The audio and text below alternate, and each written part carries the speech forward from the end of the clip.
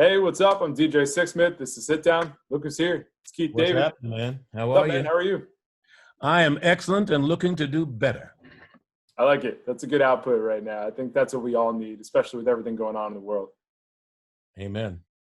So why don't we talk a little NCIS New Orleans? You've done so many movies and TV shows. I mean, going through your career, it's pretty fascinating. What was the appeal about jumping on this show and playing Gene Holloway? Oh, well, first of all, I get to work with an old friend, CCH Pounder. I get to play a love interest, but it is, I mean, I've always been a great admirer of Scott's work, and for a long time, and so, it was that. But the subject matter interested me as we are in this season of Black Lives Matter, and how and policing in general in the country, across the country, after the horrific death of George Floyd, and how that played out. And there are always two sides to a story, and then there's the truth. And the truth of the matter is,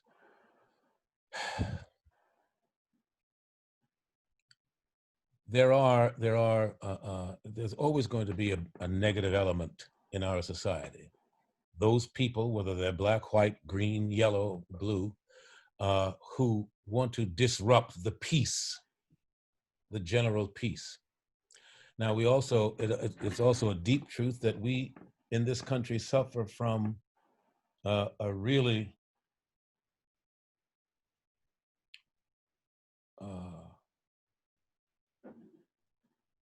imbalanced sense of racism and what that means. We have avoided the conversation for so long that things have been out of balance. But this, I mean, the imbalance of George Floyd, that has been going on forever. Mm-hmm. Starting with men getting badges for hunting slaves, calling them sheriffs. And we see it manifested today as we have seen laws implemented to keep slavery in place of some, we see laws implemented to keep those kinds of things perpetuated, where it's okay to shoot a black man and get away with it. Now, the important thing that was about this episode is that there are good men out there, mm-hmm. with great intentions of upholding the law and righteously, and being blinded by that imbalance, the societal imbalance of what it really is. The question that CC asks in the show: would he have shot so fast if it was a white boy? We'll never know that, because first of all, when you're in a dangerous situation and somebody is holding a gun on you, and the fear and adrenaline pumping through your veins, you don't know what you will do. And it's easy for you and I to sit on the sidelines and say, and my character is defending him because he believes he knows this man. He said, he's not that kind of guy to shoot out of the prejudice of the situation. But ultimately, I'm not even sure Gene knows that. Yeah, there's a lot of different weighty topics that you guys address here, and I really appreciate the thoughtful response, because as a country, we're dealing with all this right now, and for a lot of people, this conversation has been going on for a long time. For some people, they're just tuning in for the first time, and really, it's an important thing to talk about. And even just the episode title and being biased, like just understanding there are racial biases, and we don't know how we're going to respond in these situations, and your character really speaks to that. So what was most surprising about playing this role? What were some of the challenges that you faced while diving into all this? one of the surprises, which again is it's also real, how the character in the black character inside of their office, how he jumps, he jumps on this thing about how it must be nice in the house or whatever his reference was, and it's like, the other thing that we need to look at is not to make each other not be so quick to make each other the enemy. That is both black on black as well as white on white, as well as how we have to commingle together. I mean, the grand lesson here is when you assume, you make an ass out of you and me. Mm-hmm. So, when you have a question, ask a question. Don't assume that you know where somebody else is coming from until you investigate where they're coming from. Because you really never know what somebody else is thinking. You only think you know what they're thinking. And if you allow yourself to react about what you think they're thinking, that's on you, that's not on them. And if you don't allow that person an opportunity to clarify their position, it winds up being tragic, because they're too wrong. There can be two rights clashing. Yeah, and especially with police officers dealing with the public, it can be a life-altering situation. They could end somebody's life. They could change somebody's life forever, whether it's the police officer or the person involved. As it has many, many times. One of the things that has to be looked at is how use of force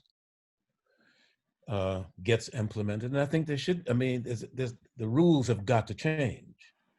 The rules have got to change. Yeah, and we need to take a look at how we do everything with society, especially policing, and also how we portray police on television. Because for a long time, it was like, we're going to make police officers look heroic. We're going to showcase them in a certain way. And with your character here, it's like, we're going to have a little more thought involved here and trying to understand the process. And even the question you asked, like, would you have shot as quickly if that person was white or if that person was black? Like, we need to have a more in-depth look at police officers, especially on television. And I'm glad I've also played police officers. And I happen to know a few. And I played a cop in New Orleans once. And, his people questioned his background because he first of all, he got things done and mostly put away the bad guy. But both the public and sometimes the department would question his methods. Now, in our country where, even the bad guy has rights, and I believe that they should have some rights, but the whole system needs to be looked at, because the more rights we give the bad guy,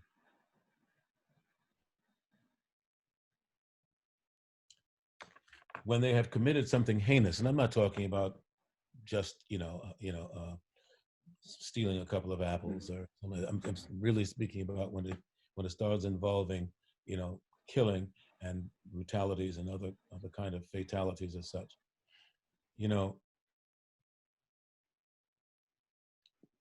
I would never be an advocate to take away their rights, but we have to look at how those rights are used, and we have to find the way to take the ism out of it, because right now it is certainly bent against black men and people of color. Just because you have rights and you have lawyers who know how to obfuscate reality and manipulate words in a way that, well, if you say it like that, well, it seems like, well, and we need to get away from that. If you remember there was an argument in the Clinton-Lewinsky case when they said, but what does "but" mean in that sentence? And in that sentence means what? Really? Splitting Really? hairs. I mean, that's, if either you lied or you didn't. It's as simple as that. Yeah. It really is that simple. And even though that simplicity has complexities, we can't go down that rabbit hole, because that's how that imbalance starts tipping further and further away. Keith, clearly we've had these moments throughout the course of history where the conversation about racism, about Black Lives Mattering, they've taken on different forms throughout. It seems like here in 2020, it's getting a different amount of attention, a different amount of focus. Are you more hopeful than frustrated, just given the whole situation right now in the country, and even just representation in Hollywood? You've seen the evolution of that. Like, where does your heart lie when you think about that situation? I will never give up hope.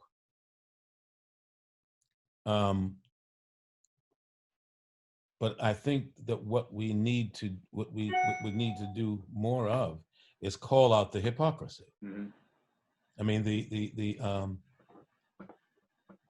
certainly the preamble to the Constitution is great words.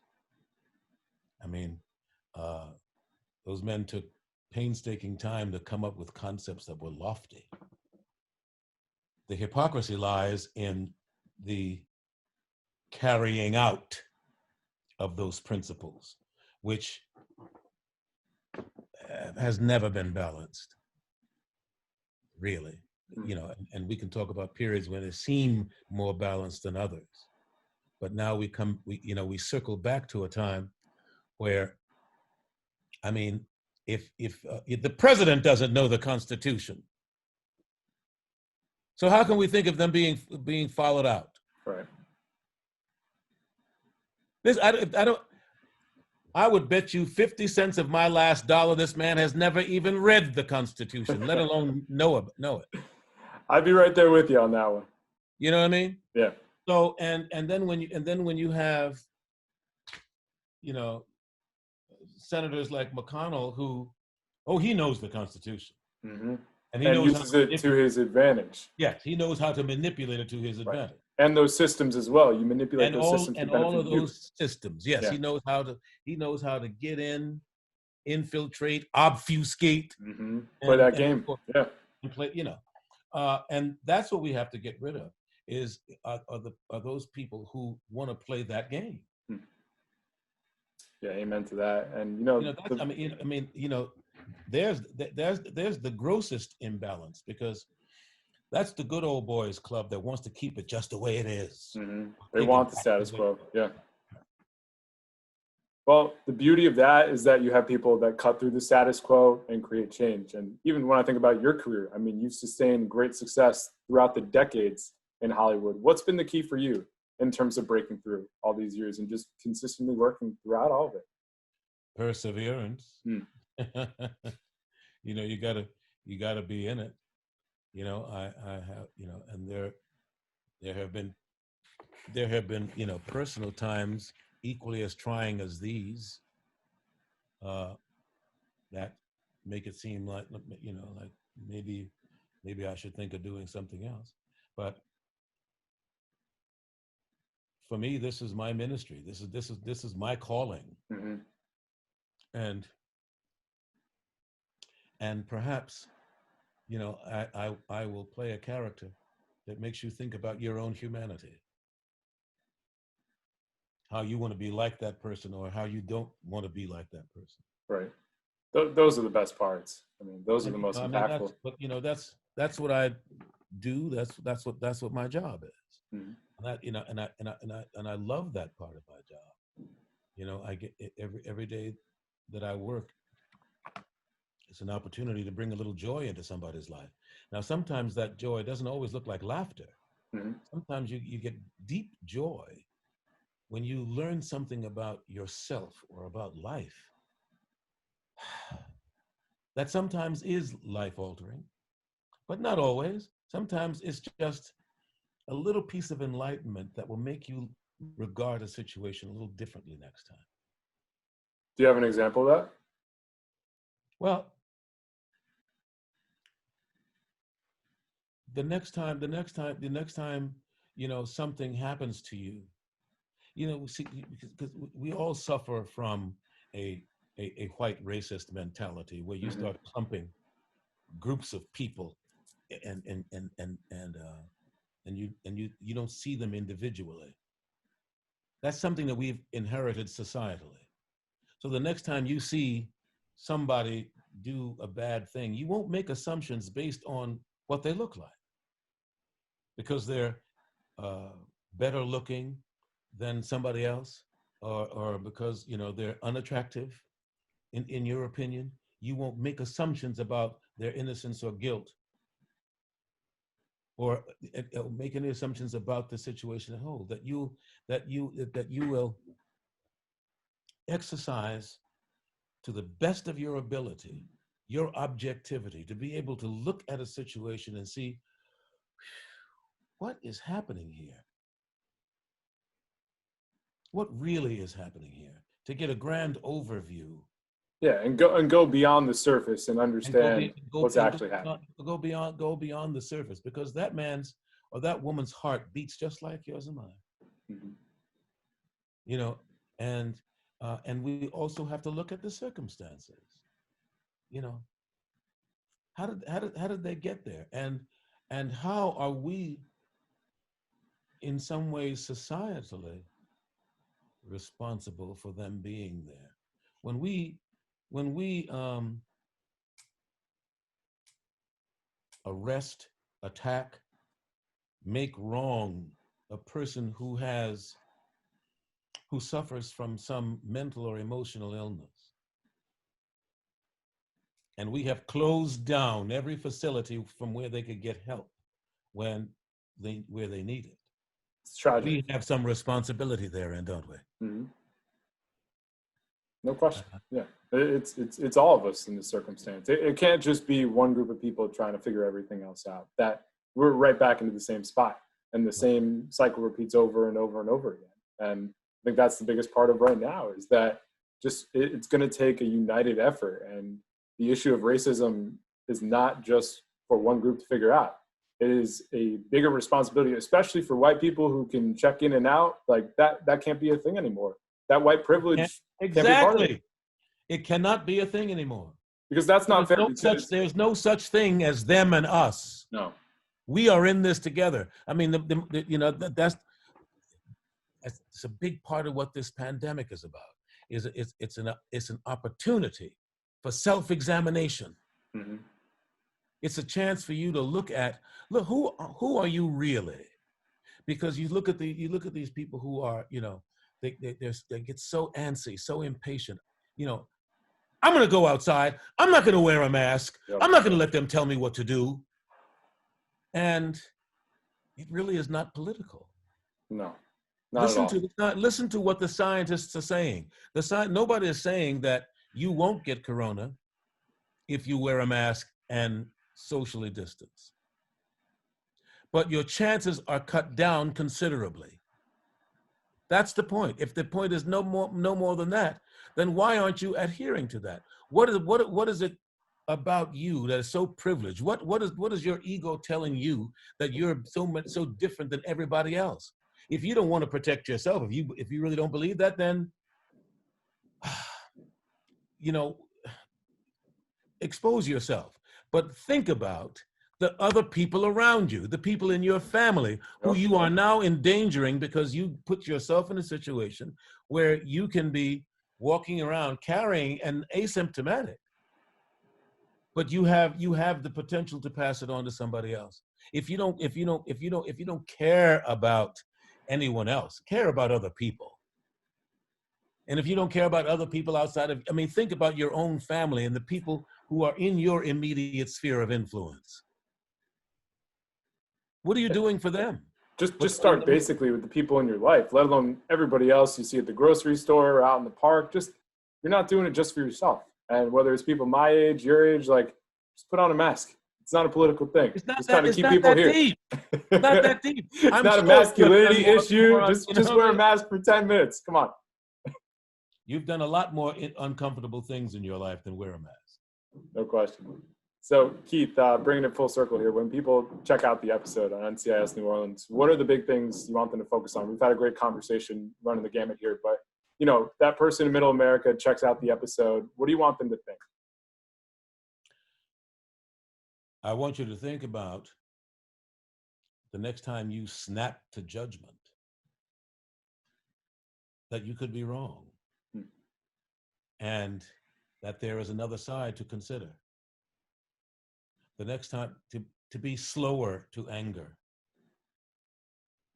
When you have a moment of agitation and confusion, instead of reacting, take a moment to pause so you can act and behave more rightly from a more composed place, from a gentler place. Yeah, I'm with you on that. I like it. Keith, you know, it's easy to react. Yeah, no question about it. Keith, thanks so much for the time, man. Really appreciate it. Stay safe, stay healthy, and we'll talk again, all right? You, man. Thank you so much.